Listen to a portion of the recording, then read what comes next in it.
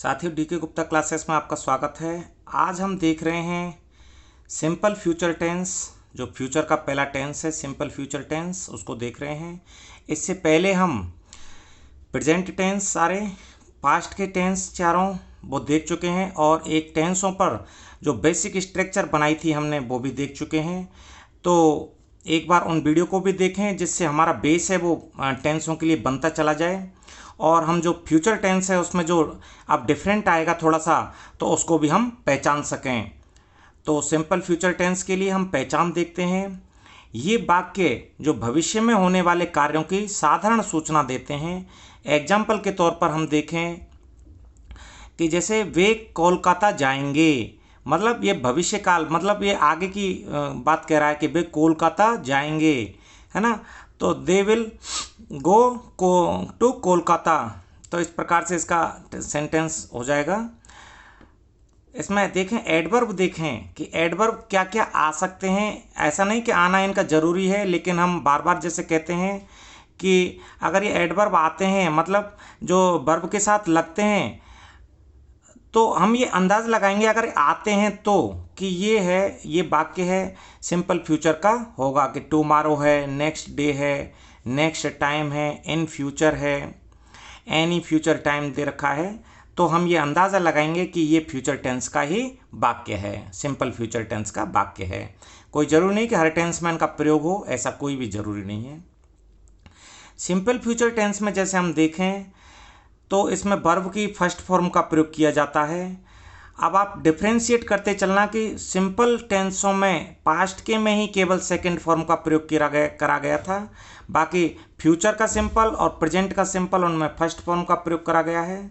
इसकी helping verb देखें simple future की, तो इनमें विल और सेल आते हैं। सेल आते हैं आई और वी के लिए, आई और बी के लिए सेल आता है, और विल आता है वो अदर जो सब्जेक्ट होते हैं, अदर सब्जेक्ट जो होते हैं उनके लिए विल आता है इसमें। अब हम देख लेते हैं इसके साधारण वाक्य, किस प्रकार से साधारण वाक्यों को हम बनाएंगे। साधारण वाक्यों को बनाने के लिए जो हमने अभी तक 8 टेंस पढ़ लिए हैं, उनका तरीका जमाने का वो ही है कि किस प्रकार से हम सब्जेक्ट को लेना है, हेल्पिंग वर्ब को लेना है, वर्ब को लेना है, ऑब्जेक्ट को लेना है, कंप्लीमेंट को लेना है, एडवर्ब हो तो उसको लेना है, किस प्रकार से लेना है। तो वो ही सेम की सेम आपको ध्यान होना चाहिए। अभी आपको प्रैक्टिस से ये ध्यान आएगा कि किस प्रकार से हमको करना है। ये सबसे पहले साधारण वाक्यों में सब्जेक्ट हम लेते हैं, उसके बाद में हम हेल्पिंग वर्ब लेते हैं, उसके बाद में हम वर्ब लेते हैं, कोई सी भी हो फॉर्म उसकी वो ले लेते हैं हम। जैसे इसमें फर्स्ट फॉर्म है तो हम फर्स्ट फॉर्म ले लेंगे। इसके बाद में ऑब्जेक्ट लेते हैं, अगर ऑब्जेक्ट है तो ले लेंगे, नहीं है तो नहीं लेंगे। इसके बाद में कंप्लीमेंट है, अगर लंबा वाक्य है तो कंप्लीमेंट लेंगे। उसके बाद में एडवर्ब है तो एडवर्ब हम ले लेंगे। ये दोनों मोस्टली होना कोई ज़रूरी नहीं है, ऑब्जेक्ट तक ही अधिकतर वाक्य हैं वो हो जाते हैं, अगर हो तो ले लेंगे। एग्जाम्पल से समझने की इसकी कोशिश करते हैं कि एग्जाम्पल से हम किस प्रकार से समझते हैं। जैसे पहला वाक्य है हम कल फल खरीदेंगे। सबसे पहले हमको पहचानना है कि ये वाक्य है वो किसका है। हम कल फल खरीदेंगे, मतलब ये वाक्य है वो फ्यूचर का है, सिंपल फ्यूचर का है कि खरीदेंगे। इस प्रकार से भी नहीं कह रहा कि खरीद रहे होंगे, खरीद चुके होंगे, इस प्रकार से नहीं कह रहा है, खरीदेंगे। तो ये सिंपल फ्यूचर टेंस का वाक्य है। अब इसमें कर्ता देखें, हम फल ये ऑब्जेक्ट हो जाएगा, खरीदना हो जाएगा इसमें वर्ब हो जाएगा, और कल जो टुमारो है वो इसमें एडवर्ब आपके आया है, लगाते हैं हम। सबसे पहले सब्जेक्ट को लेते हैं वी, सबसे पहले सब्जेक्ट को लिया वी, बी के साथ हेल्पिंग वर्ब हम क्या लेंगे, बी के साथ हेल्पिंग वर्ब हम लेंगे सेल, बी के साथ हेल्पिंग वर्ब क्या लेंगे, सेल। वी सेल, खरीदने को बोलते हैं वाई, वाई की फर्स्ट फॉर्म ही हम ले लेनी है ना। वाई बॉट जो होती है, वाई बॉट, तो हमको केवल फर्स्ट फॉर्म लेनी है वाई, वी सेल वाई, ठीक है, वी सेल वाई। अब कल फल खरीदेंगे, ये आ गया फल, फल को बोलते हैं फ्रूट्स, है ना, तो फ्रूट्स, ठीक है। वी सेल वाई फ्रूट्स, क्योंकि जनरली अपन एक फल नहीं खरीद रहे, तो हम जो फल खरीदते हैं मोस्टली काफ़ी सारे ग्रुप में खरीदते हैं, मतलब केला भी लेंगे तो 5-6 लेंगे, अंगूर भी, तो एक सिंगल नहीं लेते, तो इसलिए हमने फ्रूट्स लिया है। वी सेल बाई फ्रूट्स, अब कब खरीदेंगे? कल, टुमारो। ये इसका इंग्लिश में ट्रांसलेशन हो गया। ठीक है, अगला देखते हैं वाक्य। वे इस पाठ को पढ़ेंगे। वे ये हो गया, इसमें सब्जेक्ट हो गया है, कर्ता हो गया, वो कर्ता हो गया है। इस पाठ को, दिस लेसन, ये हो गया इसमें कर्म, ऑब्जेक्ट हो गया, पढ़ना हो गया है, वो हो गया है क्रिया, वर्ब हो गई है। तो इसको लेते हैं, सबसे पहले सब्जेक्ट हम लेंगे। सब्जेक्ट में हमने लिया दे के साथ हेल्पिंग वर्ब आएगी विल, दे के साथ हेल्पिंग वर्ब क्या आएगी? विल। क्रिया की हमने फर्स्ट फॉर्म ले ली है रीड, क्रिया की फर्स्ट फॉर्म ले ली है रीड। और दिस लेसन ये हमने ले लिया ऑब्जेक्ट, दिस लेसन ये हमने क्या ले लिया? ऑब्जेक्ट ले लिया है। अब इसमें हम देखें तो कॉम्प्लीमेंट नहीं है, एडवर्ब नहीं है, कोई बात नहीं है। ठीक है, तो यहाँ तक हो गया। अब इसके नकारात्मक वाक्यों को, नेगेटिव सेंटेंस को देख लेते हैं। जो हमको वाक्य संरचना करनी है, किसको सब्जेक्ट लेना है, कौन सा क्या लेना है, वो जो 8 टेंसों में पढ़ा है सेम की सेम इसी प्रकार से लेना है। एक बार आप देखें उन टेंसों को, बेसिक स्ट्रक्चर को देखें, बार बार देखें, कम से कम आपको बार बार देखनी चाहिए, जिससे आपकी पकड़ है वो मजबूत बने। सब्जेक्ट लेंगे, हेल्पिंग वर्ब लेंगे, कोई सी भी हेल्पिंग वर्ब सेल आ जाएगी या बिल आ जाएगी, कोई बात नहीं है। उसके बाद में नोट आ जाएगा, उसके बाद में क्या जाएगा? नोट आ जाएगा। जिस प्रकार से पहले हमने लिया था, वर्ब की फर्स्ट फॉर्म है वो आ जाएगी, साथ में वही जो ऑब्जेक्ट है, कॉम्प्लीमेंट है, एडवर्ब है, वो हम इसमें ले लेंगे। अब देखें, उदाहरणों से समझने की कोशिश करते हैं। एग्जाम्पल है पहला, मैं बाजार नहीं जाऊंगा। मैं बाजार नहीं जाऊंगा, इसमें सब्जेक्ट क्या है? आई। हेल्पिंग वर्ब आई के साथ आएगी shall, I shall not, I shall not. जाना को बोलते हैं गो, फर्स्ट फॉर्म ही लेनी है हमको, गो ले ली हमने। आई सेल नॉट गो, कहाँ नहीं जाऊंगा? To market. ये क्या आ गया? ऑब्जेक्ट आ गया, यहाँ फुल स्टॉप लगा दिया हमने। ठीक है, अब हम देखें इसका सेकंड एग्जाम्पल देखें। आप अपना समय बर्बाद नहीं करेंगे। आप अपना समय बर्बाद नहीं करेंगे, आप, तो